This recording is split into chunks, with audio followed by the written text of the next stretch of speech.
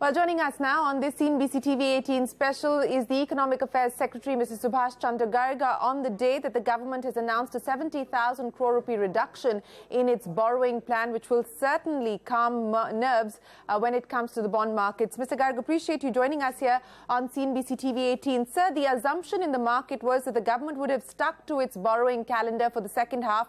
You've actually cut it by 70,000 crore rupees. The question, though, is that are you underestimating the risks? I know that the government has done its math and you believe that this is a credible plan that you've put forward, but the skepticism comes from the fact that there are several risks, especially on the external front, crude oil prices, the upside risk to inflation, for instance, that could be a challenge on the macros. So are you underestimating risks and are you overestimating revenue? See, our estimations on revenues as well as on expenditure front have been done very carefully. The other day, Prime Minister reviewed it. Finance Minister also announced on this. And our deeper analysis of this suggests that we will not have any shortfall in aggregate on revenue front. And we'll be able to manage for the expenditure without affecting any cut. There is always some natural reduction in expenditure that would always take place. This would also take place this year also. Okay. And the additional expenditure requirement, we would be able to accommodate out of that. I want to pick up on a couple of the points that you made there, sir. On the fiscal math, we stay close. You're staying to the fiscal deficit target of 3.3%, but I just want to pick up on a couple of points that you made. When you talk about this natural reduction in expenditure, sir, and that's where the concern stems from, that are we going to see a drop in capex for the second half? Are you saying that that is likely to be the order of the day? No, not at all. Capital expenditure so far in 5 months has been 44% of the budgeted. We see absolutely no reduction in capex. Okay, you see no reduction in capex. I want to go back again to talk about what gives you the confidence on the revenue front, because you said that you will not have any shortfall on an aggregate basis, sir. Let's just break that down if we can. On the direct taxes front, you're hopeful of being able to do better than what you have projected. There is a concern on the GST front, and you're hoping that some of the gains on the direct tax front will offset the shortfall on the GST collection front. But, sir, you're nowhere close to the 1 lakh plus number on the GST side. So there is a hole of approximately about 10,000 odd crores every month there. Are you also being over optimistic on your disinvestment target? Because the target is 80,000 crore rupees. We're almost at the end of this calendar year, and your last, if my memory serves me right, last calculation was about 10,000 crores. So how is the revenue math adding up, sir? See, I would not talk specific numbers, but broadly speaking, the direct taxes are doing much better than our projected 14% increase for the year over last year. Our non-tax revenues are also doing better than the budgeted ones. So on both these fronts, we expect to have greater revenue realization. Sufficient enough to cover if there is some shortfall on the GST. Okay, so you feel confident of being able to offset any shortfall on the indirect tax side and disinvestment by way of direct taxes. But I want to ask you about the elephant in the room, sir, and that has to do with crude prices. No, we don't expect any.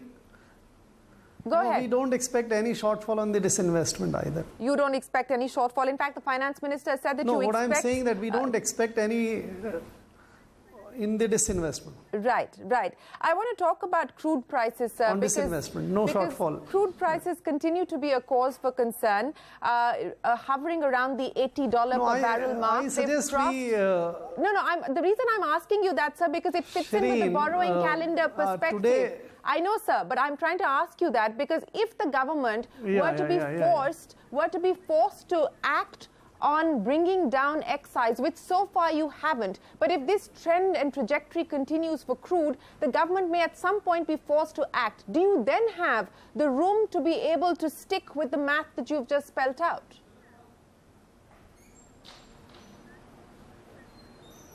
See, I've said this earlier, the additional cost on petrol and diesel has to be borne by someone. The cost cannot be wished away.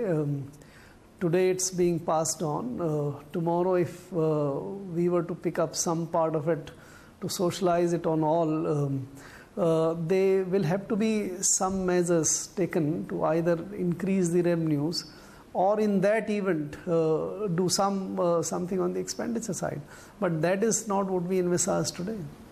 No, but that's exactly why I was asking you, sir, that what gives you the kind of confidence with which you've actually reduced your borrowing program? Because this is a big uncertainty. You've got the Iranian sanctions that kick in from the 4th of November. We don't know whether the rupee mechanism will work or what the situation will be with respect to Iranian crude.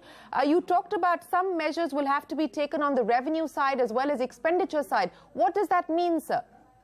So the reduction in our borrowing program, on gross borrowing program of about 70,000 crore, does not imply any reduction to finance our fiscal deficit. So our net borrowing required for financing fiscal deficit is 3,90,000 crores. That stays as it is, right? So that is not being reduced at all. So we are not reducing fiscal financing.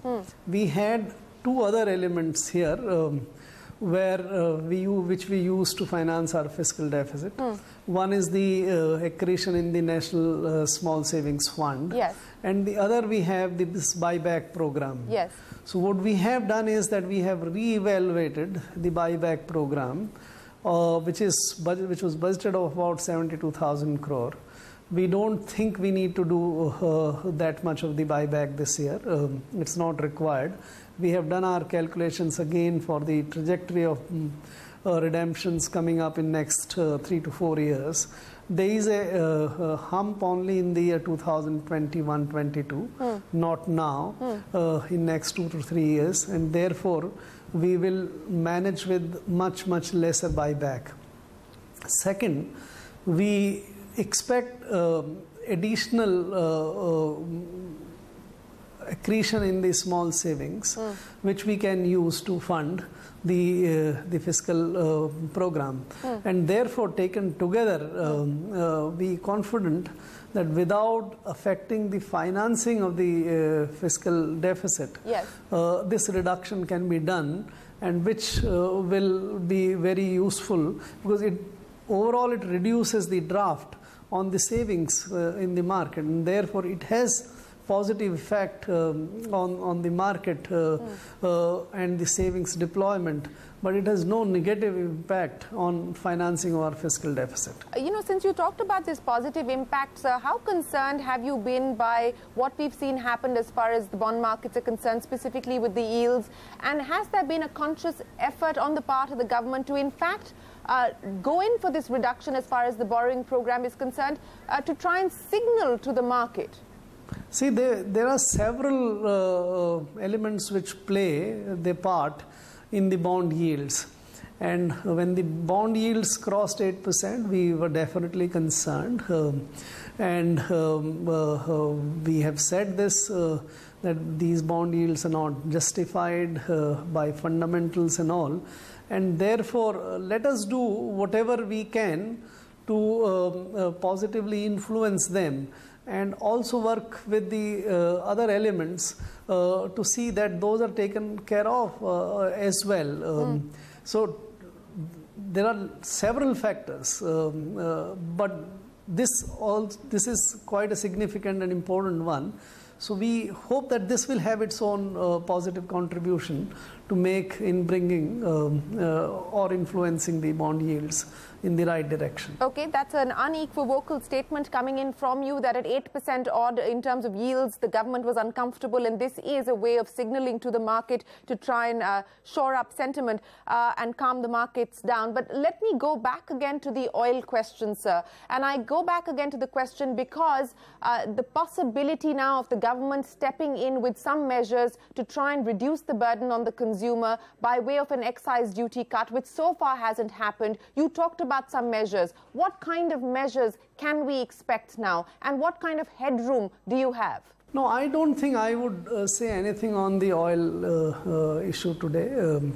Much has been spoken. But there was a meeting today, sir, which the oil ministry officials, finance ministry officials, including you were all a part of that meeting that took place today. The oil secretary was there with the finance minister. So I'm guessing that there has been some discussion on the way forward on tackling this issue.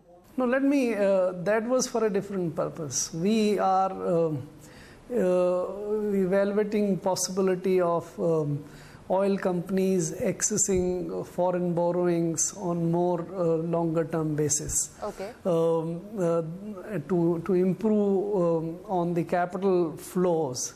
As you know, we have been trying to deal with the entire foreign exchange questions in a three-pronged way.